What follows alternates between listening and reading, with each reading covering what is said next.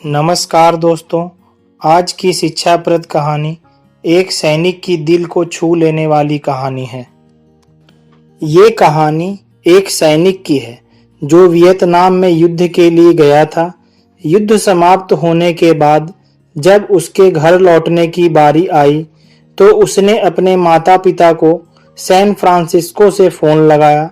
माँ और पिताजी, मैं घर आ रहा हूँ, लेकिन घर आने से पहले मुझे आपसे एक बात पूछनी है। मेरा एक दोस्त है जिसे मैं अपने साथ घर लाना चाहता हूँ। क्या मैं उसे ला सकता हूँ?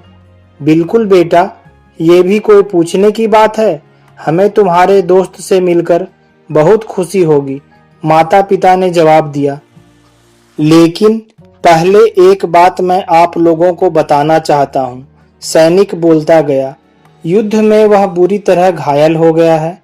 उसने एक बारूदी सुरंग पर पैर रख दिया था और उसमें उसने अपना एक हाथ और एक पैर गंवा दिया है। उसके पास कोई जगह नहीं है जहां वो जा सके, इसलिए मैं उसे अपने साथ रहने के लिए लाना चाहता हूँ।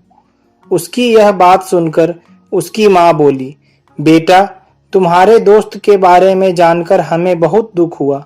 हो सकता है हम उसके रहने के लिए कोई जगह तलाश कर सकें। नहीं माँ, मैं चाहता हूँ कि वो हमारे साथ ही रहे। लेकिन बेटा, अब पिता ने कहा, तुम समझ नहीं रहे हो कि तुम क्या चाह रहे हो। इस तरह एक अपाहिज व्यक्ति हमारे लिए कितना बड़ा बोझ होगा। हमारी अपनी जिंदगी है जीने के लिए और हम नहीं चाहते कि इस तरह की कोई भी परिस्थिति हमारी जिंदगी में दखल दे।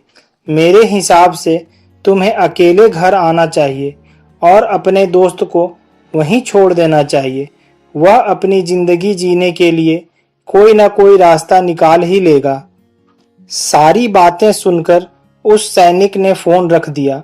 कुछ दिनों बाद उसके माता पिता को सैन फ्रांसिस्को पुलिस से एक संदेश मिला जिसमें उन्हें बताया गया कि उनके बेटे की एक बहुमंजिला इमारत से गिरकर मौत हो गई है।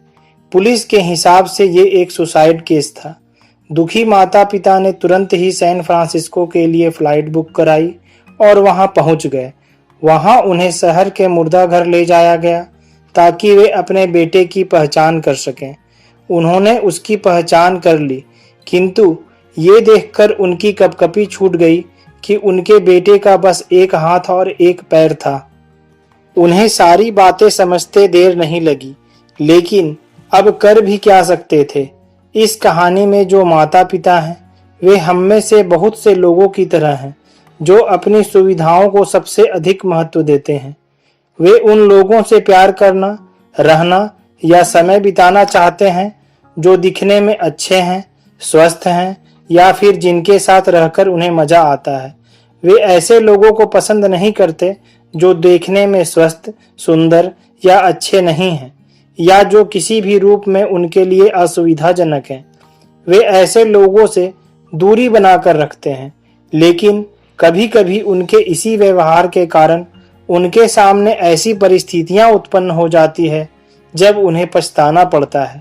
इसलिए जो लोग जैसे हैं उन्हें वैसे ही अपनाएं और जरूरत पड़ने पर उनकी मदद करें।